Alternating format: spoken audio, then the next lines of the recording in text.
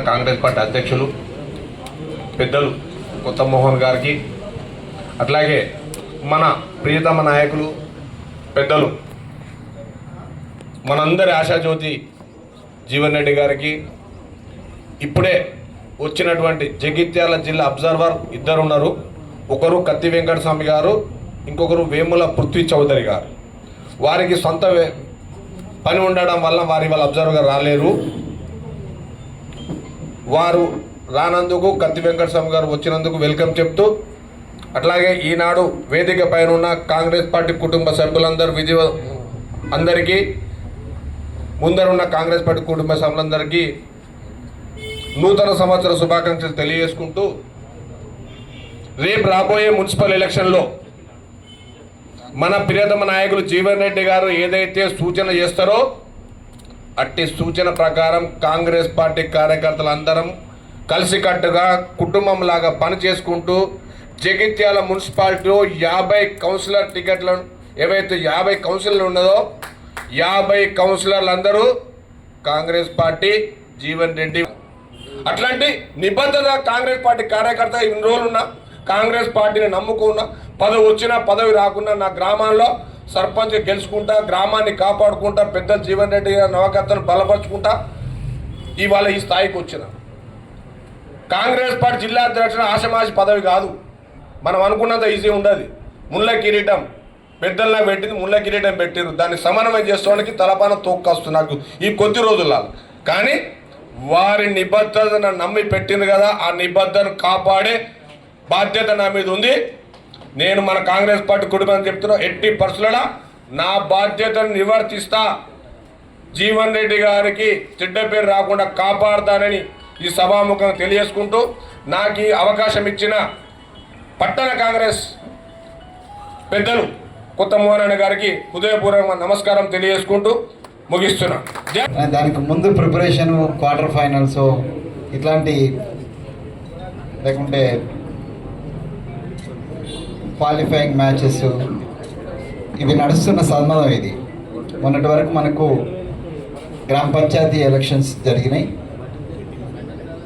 దాంట్లో ముందు నుంచి మనం అరుగు చేసుకొని, నేనైతే చాలా టీవీ ఛానల్స్లో చెప్పాను, కాంగ్రెస్ పార్టీ మీద బాగా వ్యతిరేకత ఉంది, మాకు అద్భుతమైనటువంటి విజయాలు వస్తాయని టీఆర్ఎస్ బీజేపీకి సంబంధించిన మిత్రులు అన్నప్పుడు, సరే మీ విశ్వాసం మీది, let us see the results అనేటువంటి మాట మనం చెప్పినాం. అనుకున్నట్టుగానే మనకు మంచి రిజల్ట్స్ను మన లీడర్స్ తీసుకొచ్చి పెట్టినారు. జీవన్ రెడ్డి గారి నాయకత్వంలో ఇక్కడ కూడా మీకు వచ్చిన రిజల్ట్స్ మీ అందరికీ తెలుసు, అది గర్వకారణం తప్పనిసరిగా.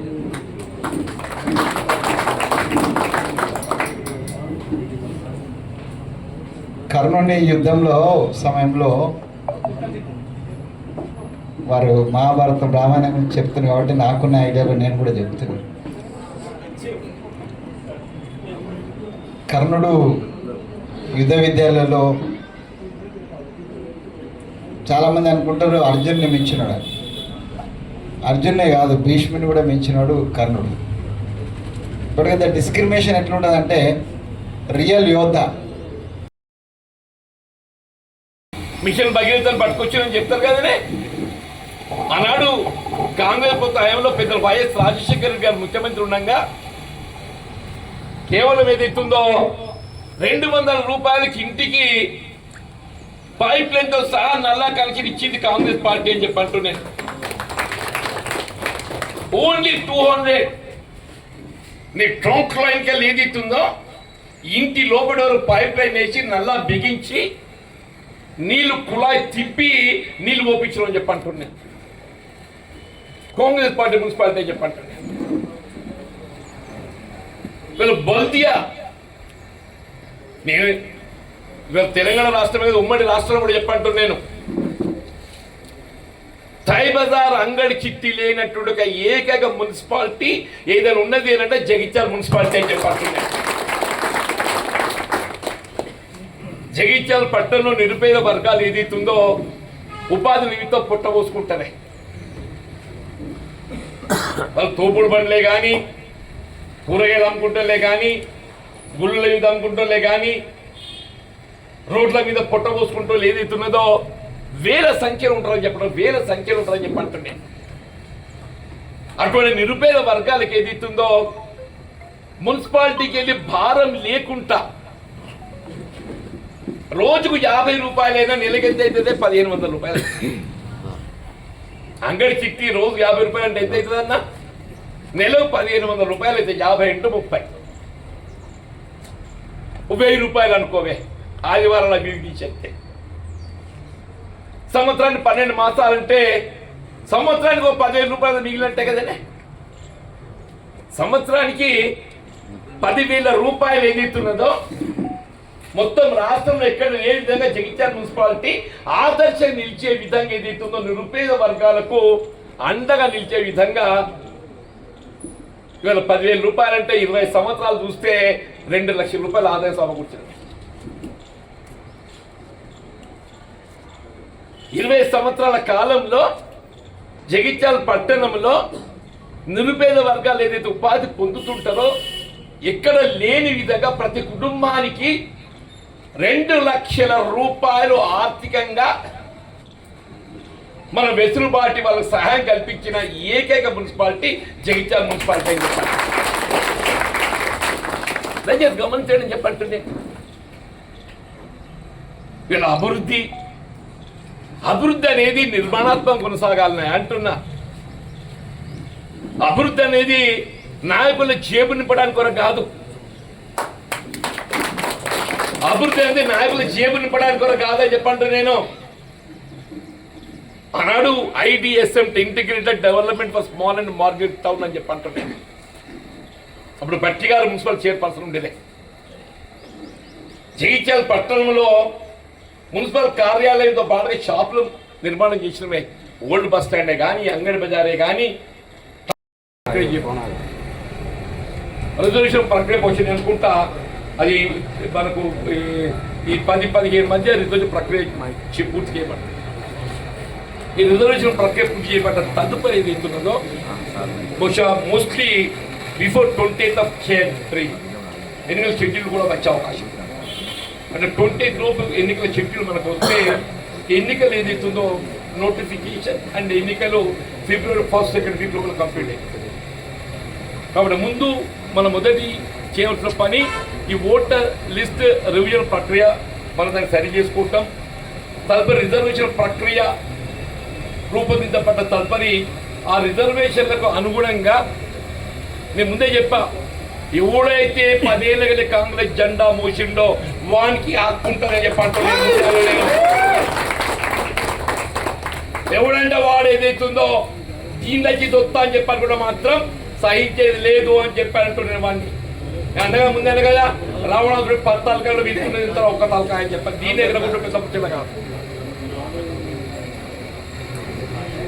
ఏవో మొన్న మున్సిపల్ ఎన్నికల్లో కష్టకాలం లోపల మన గెలవడం అనేది సమస్యాత్మకం అని తెలిసి కూడా పార్టీ గౌరవం నిలబెట్టడానికి కూడా పోటీ చేసి అసెంబ్లీ ఎన్నికల్లో కూడా ఏదైతుందో మనం ఏ విధంగా కష్టాలు ఎదుర్కొని ఆర్థికంగా ఇబ్బందులు ఎదుర్కొన్నా కానీ ఎదుర్కొన్నాం.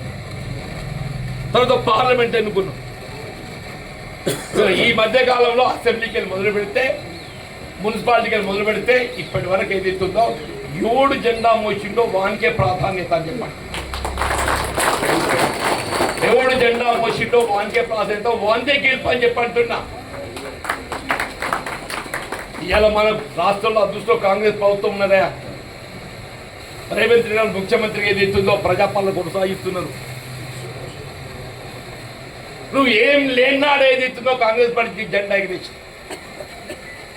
వెంకటస్వామి అన్న 87లో తెలుగుదేశం ప్రభుత్వం మేము కాంగ్రెస్ పార్టీ జెండా ఎగిరేసి 95లో చంద్రబాబు నాయుడు గారు మొత్తం రాష్ట్రం అంతా తెలుగుదేశం జెండా ఎగిరించింది. మేము కాంగ్రెస్ పార్టీ జెండా కేవలం మొన్న 2019లో మాత్రం ఏదైతున్నదో ఇవాళ టీఆర్ఎస్ నియంత్రిత ధోరణికి అప్రజాస్వామ్యం ఎన్నికలు ఏదైతుందో మరి నిర్వహింపజేయడంతో మేము ఆశ్చర్య ఫలితాలు పొందలేకపోయింది. ఇంతవరకు నా అనుభవంలో 40 సంవత్సరాలకు వెళ్ళి ఒకే ఒక ఎన్నిక మేము ఆశ్చర్యపడలేదు. అయితే ప్రతిదారి అసెంబ్లీ కాదు మున్సిపాలిటీ అంటున్నాయి, మున్సిపాలిటీ అంటున్నా నేను. అది 6 సార్లు గెలిచిందే. వెంకటస్వామి గారు రాజ్యాంగ కోవిదుడు వారు మేధావి వర్గంకి వెళ్ళి వచ్చిండు. ఇక 73, 74 రాజ్యాంగ సవరణ గురించి వారు మనకి ఏదైతుందో దాని విలువలు తెలియజెప్పాలని చెప్పండి. ఇక స్థానిక సంస్థల ఎన్నికల్లో వీళ్ళు కేవలం అక్కడ సర్పంచ్, పాలక మండలి 73 రాజ్యాంగ సవరణ, గ్రామ పంచాయతీ 74 ఏదైతుందో మున్సిపాలిటీలో చైర్పర్సన్, పాలక మండలి తప్ప మేము సలహాదారులు మాత్రమే. మేము వచ్చి మా చేప నింపుకోవడానికి కొరకు ఏది ఇస్తుందో దీల దొత్తం అని చెప్పాలనుకుంటే మా మెడలు పెట్టి బయట తింటున్నాడు. ఎవడైనా రేపు రాబోయే ఎన్నికల తదుపరి పాలక మండలి ఏర్పాటు చేయబడుతుందో స్థానిక సంస్థల ఎన్నికలు ఆధిపత్యం చెలాయించాలని చెప్పని జేబులు నింపుకోవాలని చెప్పి ప్రయత్నం చేస్తే వాళ్ళు మెడలు పెట్టి గెంటేయండి. మెడలు పెట్టి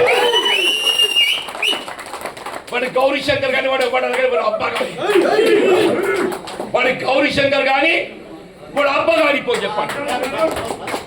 మెడలు బట్టి గంటేయాలి, మెడలు బట్టి గంటేయాలని చెప్పండి. మన ప్రజాస్వామ్యాన్ని కట్టుబడ్డాం, రాజ్యాంగ నిబంధనలు కట్టుబడ్డాం. రాహుల్ గాంధీ గారు మనకు ఒకటి నినాదం ఇచ్చిండు, రాజ్యాంగాన్ని గౌరవించండి, రాజ్యాంగ నిబంధనలను గౌరవించండి, రాజ్యాంగ నిబంధనలు నిలబెట్టండి అని చెప్పాను.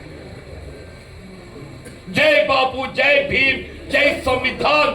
రాజ్యాంగాన్ని నిలబెట్టడమే రాహుల్ గాంధీ గారి యొక్క ఆలోచన విధానం. దానికి కట్టుబడి ఉండడమే మన బాధ్యత అని చెప్పడం. దయచేసి నేను further I don't want to repeat the already expressed views. పెద్దలు వెంకటస్వామి గారు మనకు అది యొక్క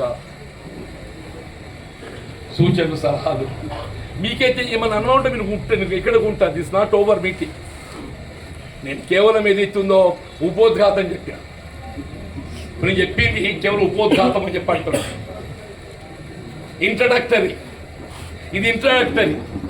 దీని మీద మీ సలహాలు, సూచనలు, ఎలక్ట్రల్ రివిజన్ మీద ఎట్లా చేస్తే బాగుంటుంది అనేది మీరు సలహాలు, సూచనలు ఇవ్వండి.